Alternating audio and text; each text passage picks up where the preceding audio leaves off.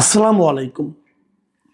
প্রিয় দর্শক, একটা নতুন সরকার যাত্রা শুরু করেছে এবং এটা হলো বিএনপি এবং তার নেতৃত্বাধীন জোট সরকার।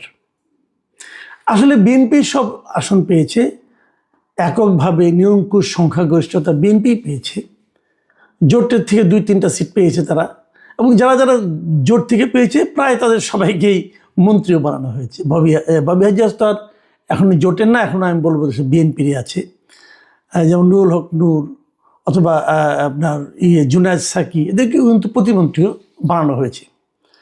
তো এই নতুন সরকারি যাত্রা, এর মধ্যে দেখলাম যে মালদ্বীপের প্রেসিডেন্ট সৌজন্য সাক্ষাৎও করেছেন আমাদের নতুন প্রধানমন্ত্রীর সঙ্গে। এটা বোঝা যাচ্ছে সরকার কাজ শুরু করে দিয়েছে। আজকে সকাল থেকেই খুব কয়েকটা বিষয় নিয়ে কৌতূহল ছিল যে কেমন হবে নতুন সরকার। আমার নিজের একটা কৌতূহল ছিল যে ওখানে যে তারা যে শপথ করবে সংসদ সদস্যরা, সেখানে কি সংস্কার পরিষদের সদস্য হিসাবে তারা শপথ করবে কি না, এটা নিয়ে আমার একটা সন্দেহ ছিল। কারণ আমি নিজে এটা নিয়ে আমার বেশ কিছু কথা আছে, বেশ কিছু ব্যাখ্যাও আছে।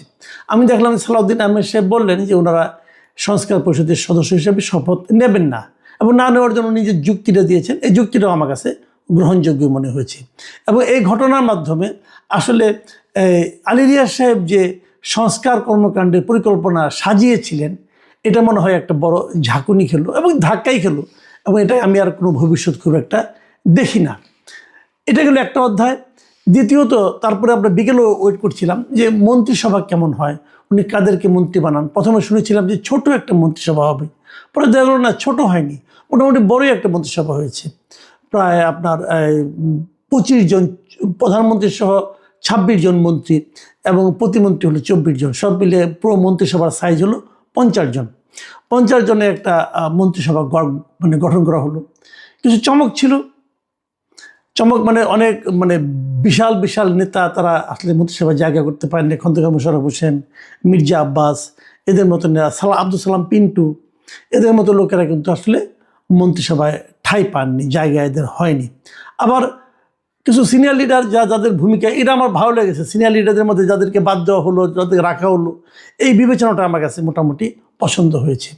কিন্তু আবার খুব আলোচিত কয়েকজন লোক যাদেরকে আমরা প্রত্যাশা করেছিলাম তাদেরকেও পাইনি।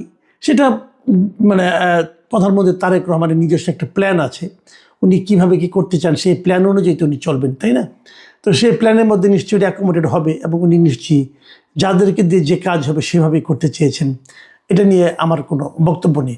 আমরা কতগুলো জিনিস দেখলাম, সেটা হলো যে মন্ত্রিসভায় আইনজীবীদের বেশ একটা প্রভাব দেখলাম। বেশ অনেক আইনজীবী, সুপ্রিম কোর্টেরই আইনজীবী আছে 5 জন। এছাড়াও আরও জজ কোর্টের আইনজীবীরা আছে, যেমন সালাউদ্দিন আহমেদ, উনি তো জজ কোর্টের আইনজীবী। তারপরে আপনার এই দীপেন দেওয়ান, তিনিও জজ কোর্টের আইনজীবী। এরকম আরও অনেক অনেক আছে যারা নাকি জজ কোর্টের আইনজীবী, এবং সুপ্রিম কোর্টের আইনজীবী আছে 5 জন। এটা মোটামুটি আমার কাছে মনে হয়েছে একটা দিক দেখা যেতে পারে। কিছু কিছু জেলা থেকে কোনো মন্ত্রী নেওয়া হয় না, প্রায় বোধহয় 25টা জেলার মতো হবে যেখান থেকে কোনো মন্ত্রী নেওয়া হয়নি। এটাও একটা দেখার মতো বিষয়। এবং কিছু কিছু জেলায় যেখানে নাকি আওয়ামী অধ্যুষিত যে জেলাগুলো আছে, সেখান থেকেও কোনো মন্ত্রী আসেনি। তো এগুলি একটা ব্যাপার। কিন্তু এত আলোচনার মধ্যে যে আলোচনাটা সবচেয়ে বেশি মানুষের কাছে গুরুত্ব পেয়েছে, এবং অনেকে আমাকে জিজ্ঞাসা করেছে, ভাই এটা কি হলো, ভাই এটা কি হলো। আমি আসলে ওটাকে আজকের আলোচনার মূল ফোকাস করতে চাই। এতক্ষণ যেগুলি বললাম এগুলি ভূমিকা মাত্র, এগুলি নিয়ে তেমন কোনো কিছু বক্তব্য নাই, কারণ উনি ওনার প্ল্যান মতো করেছেন। যেটা নিয়ে আলোচনা করব সেটাও ওনারই প্ল্যানে হয়েছে, সেটা কিন্তু আমাদের কোনো প্ল্যান নাই, আমাদের কোনো বক্তব্য নাই। কিন্তু আমার কেন যেন মনে হয়েছে যে তারেক রহমান সাহেব কেন যেন একটা সমালোচনাকে ইনভাইট করতে যাচ্ছেন এটা নিয়ে। এটা অহেতুক কিনা আমি বলবো না, আমি জানি না, কারণ সব হেতু তো আর আমাদের মতো সাধারণ মানুষের জানার কথা না। আমরা ধারণাও করতে চাই না, কারণ যেগুলি ধারণার মধ্যে আসে সেগুলো একটু খুব আপনার সুন্দর না, ওইগুলো শুনতে খুব ভালো লাগবে না, কাজে ওই ধারণাগুলো আমি উচ্চারণই করতে চাই না। ঘটনাটা হলো পররাষ্ট্রমন্ত্রী নিয়ে। উনি 2 জন টেকনোক্র্যাট মন্ত্রী কিন্তু নিয়েছেন, এখানে 2 জনই তো দেখলাম মোটামুটি যতটুকু মনে পড়ে, এবং 2 জনের মধ্যে একটা টেকনোক্র্যাট মন্ত্রী যাকে নাকি পররাষ্ট্র মন্ত্রণালয়ের মতো একটা গুরুত্বপূর্ণ মন্ত্রণালয়ের দায়িত্ব দেওয়া হয়েছে। এই পররাষ্ট্র মন্ত্রণালয় হিসেবে নেওয়া হয়েছে মিস্টার খলিলুর রহমানকে। উনি অনেক পরিচিত একটা নাম বাংলাদেশের, আগে কেউ চিনত না। এই ইউনূস সরকার আসার পর উনি বিখ্যাত হয়ে উঠেছেন। উনি ইউনূস সরকারের মানে অন্তর্বর্তীকালীন সরকারের জাতীয় নিরাপত্তা উপদেষ্টা ছিলেন। এই মিস্টার খলিলুর রহমানকে নিয়ে তখনই, যেদিন ওনাকে নিরাপত্তা উপদেষ্টা হিসেবে নিয়োগ করা হয়েছে, তার আগে উনি রোহিঙ্গা বিষয়ক আপনার ছিলেন, উপদেষ্টা ছিলেন, এবং তারপর ওনাকে নিরাপত্তা উপদেষ্টা করা হয়। পরে ওনাকে বিমানের যে বোর্ড আছে সেই বোর্ডের মেম্বারও করা হয়। মানে মন্ত্রিত্ব দুইটা মানে মন্ত্রিত্বের মতো পদের থেকে উনি বিমানের বোর্ড মেম্বার হয়েছিলেন। কেন হয়েছিলেন? নিশ্চয়ই ওনার আগ্রহ ছিল। তো এরকম একজন ব্যক্তি, এবং যাকে নিয়ে শুরু থেকেই বলা হচ্ছিল যে উনি একজন দ্বৈত নাগরিক। শুরু থেকে যখন বলা হচ্ছে, প্রথম কয়েকজন উনি কিছু বলেননি, তারপর উনি বলেছেন, চ্যালেঞ্জ করে বলেছেন, না উনি দ্বৈত নাগরিক না, উনি একমাত্র বাংলাদেশেরই ওনার পাসপোর্ট আছে, আর কোনো পাসপোর্ট নেই। তো সেটাও একটা ব্যাখ্যা আছে যে তাহলে যদি পাসপোর্ট না থাকতো তাহলে উনি এত বছর ধরে আমেরিকা থাকলেন কিভাবে? উনি কি অবৈধ হিসেবে ছিলেন? কিন্তু অবৈধ হিসেবে ছিলেন, থাকার কথা না, তাই না? উনি আসছেন যাচ্ছেন, কীভাবে?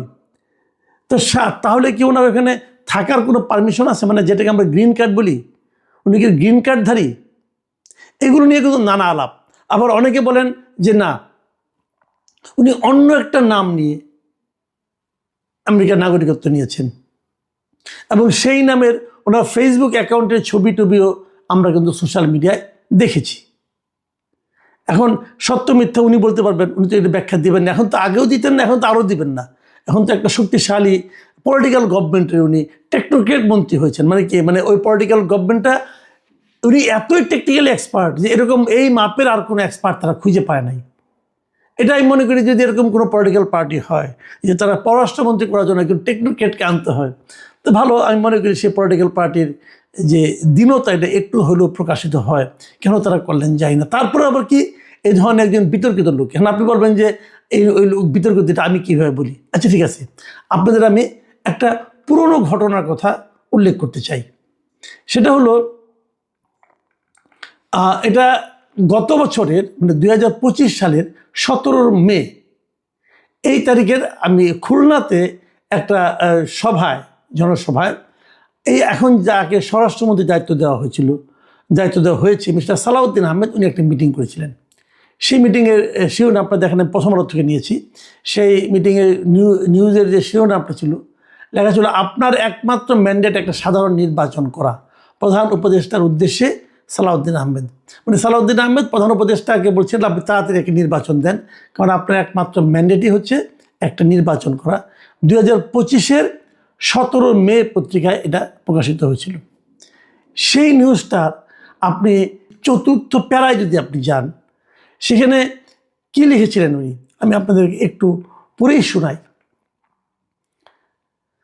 সালাউদ্দিন আহমেদ বলেছিলেন, আপনার সরকারে একজন বিদেশি নাগরিককে আপনি জাতীয় নিরাপত্তা উপদেষ্টা করেছেন। আপনার কি সেই আক্কেল জ্ঞান নাই? একজন বিদেশি নাগরিকের কাছে এই দেশের সেনাবাহিনী নিরাপত্তা সংক্রান্ত রিপোর্ট প্রদান করবে কিভাবে ভাবলেন? খেয়াল করুন, ওনাকে নিরাপত্তা উপদেষ্টা হিসেবে নিয়োগ করে ডক্টর ইউনূস যা করেছেন সেই সম্পর্কে মন্তব্য করতে দিয়ে সালাউদ্দিন আহমেদ সাহেব বলছিলেন যে আপনার কি আক্কেল জ্ঞান নাই? এখন ডক্টর ইউনূসের আক্কেল জ্ঞান নাই বুঝলাম, আপনার সন্দেহ হচ্ছে। এখন উনি তো আপনাদের মন্ত্রিসভায় মন্ত্রী হয়ে গেলেন, পূর্ণমন্ত্রী, উপদেষ্টাও না, সাময়িক সময়ের জন্য না, কিন্তু পূর্ণভাবে একটা মন্ত্রী হয়েছেন উনি।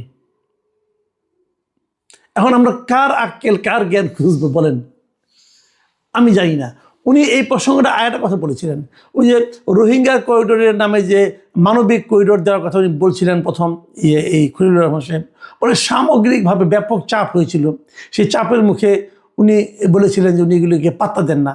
তো সেই প্রসঙ্গে উনি বলেছিলেন যে ওনার ওই আচরণ সম্পর্কে বলেছিলেন যে অত্যন্ত অ্যারোগেন্টলি আপনার সেই উপদেশটা বলেছেন, তাতে নাকি কিছু যায় আসে না। সেই জাতীয় নিরাপত্তা উপদেষ্টাকে আপনি বিদায় করুন। হয় তিনি নিজে পদত্যাগ করবে, না হলে আপনি তাকে বিদায় করবেন। এদেশের নিরাপত্তা সংক্রান্ত কোনো জাতীয় দায়িত্ব বিদেশি কোনো নাগরিকের হাতে থাকতে পারে না। এই নাগরিক ষড়যন্ত্র করছে বাংলাদেশে একটি অস্থির পরিস্থিতি সৃষ্টি করার জন্য। আমরা তা হতে দেব না। এটা কিন্তু সালাউদ্দিন আহমেদ সাহেবের বক্তব্য। সালাউদ্দিন সাহেব কিন্তু বোকা টাইপের লোক না। ওনাকে আমি যতটুকু দেখেছি এই মন্ত্রিসভার বিএনপির সেন্ট্রাল কমিটির যারা ধীর স্থির লোক বলতে যাদেরকে বোঝায়, উনি তাদের মধ্যে একজন। উনি এতটাই ধীর স্থির, দেখুন আজকেও কিন্তু যখন ওরা বললেন যে ওনারা সংবিধান সংস্কার পরিষদের সদস্য হিসেবে শপথ নেবেন না, সেই কথাটাও কিন্তু বিএনপি এই সালাউদ্দিন সাহেবকে দিয়ে বলিয়েছেন। মেপে কথা বলেন, অপ্রয়োজনে একটি কথা বলেন না। তো খলিলুর রহমান সাহেব সম্পর্কে সালাউদ্দিন সাহেবের এই যে মূল্যায়ন, এই যে উচ্চারিত বাক্যসমূহ, এই বাক্যসমূহ কি কেবল ওই সময়ের জন্য প্রযোজ্য ছিল? সেটা কি বর্তমান সময়ের জন্য প্রযোজ্য? একেবারেই নয়। তাকেই আনতে হলো, তাকেই পররাষ্ট্রমন্ত্রীর দায়িত্ব দেওয়ার প্রয়োজন পড়ল কেন? মানে এই কাজটার মাধ্যমে আমরা জাতি হিসেবে কি অর্জন করছি? তারেক রহমান সাহেব হয়তো ওনারা কিছু প্ল্যান আছে, কিন্তু যে জিনিসটা হয় কি, আমরা যখন কোনো প্রকাশ্য দৃষ্টিগ্রাহ্য কোনো ব্যাখ্যা খুঁজে না পাই, তখন কিন্তু আমরা নানা ধরনের কল্পনা করি। এই কল্পনা আপনি থামাতে পারবেন না। এই কল্পনার কথা, এই কল্পনার ডালপালা কিন্তু ছড়াতে থাকবে। আপনি বলবেন, আরে আমি 2/3 আসন পেয়েছি, কোথাকার কোন পাবলিক কি কল্পনা করলো বা না করলো তাতে আমাদের কি আসে যায়। হ্যাঁ, এটা আপনি বলতে পারেন, কিন্তু এই